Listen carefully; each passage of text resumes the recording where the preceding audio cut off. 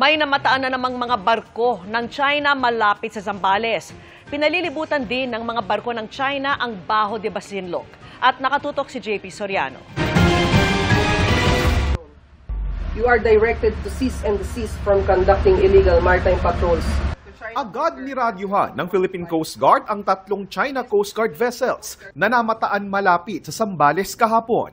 Sabi ni PCG Commandant Admiral Ronnie Gavan, wala pa naman sa territorial sea ng Pilipinas ang mga barko, pero nasa Exclusive Economic Zone na ito o EEZ ng Pilipinas. Yan ay kahit ibinasura na ng 2016 arbitral ruling ang pag-aangkin ng China sa West Philippine Sea at iba pang bahagi ng South China Sea na pinalibutan ito ng kanilang 9-dash line. The Chinese has been trying to get close, siguro partly because of the weather or maybe because of their efforts to normalize their illegal patrol operations in the area. So what the Coast Guard did, and we have been doing it, we have been resisting by persistently patrolling the area.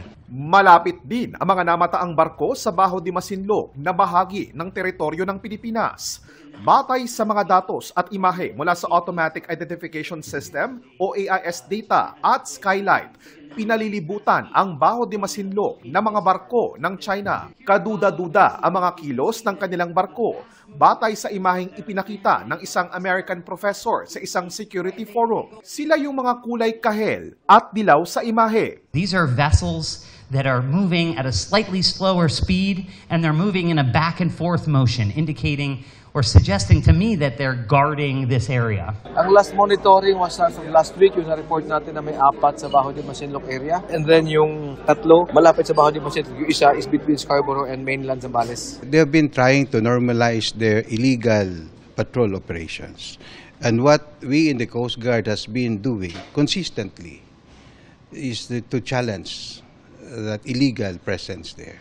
Wala pang tugon ang Chinese Embassy kaugnay nito. Ayon sa Presidential Office for Maritime Concerns, bibigyan ng gobyerno ng Pilipinas ang mga Pilipinong mangingisda sa West Philippine Sea ng mga radio communication devices, panggasolina at iba pang gamit para makatulong sa pagbabantay laban sa iligal na panghihimasok sa West Philippine Sea. Nang matanong kung mag-aala Chinese militia na rin ba ang mga Pilipinong mangingisda. Wala ho tayong intention na ganon, but more on capacitating and enabling our fisher folks to help government monitor what's happening in the West Philippine Sea. We can never do that given the amount of resources they give to their militia.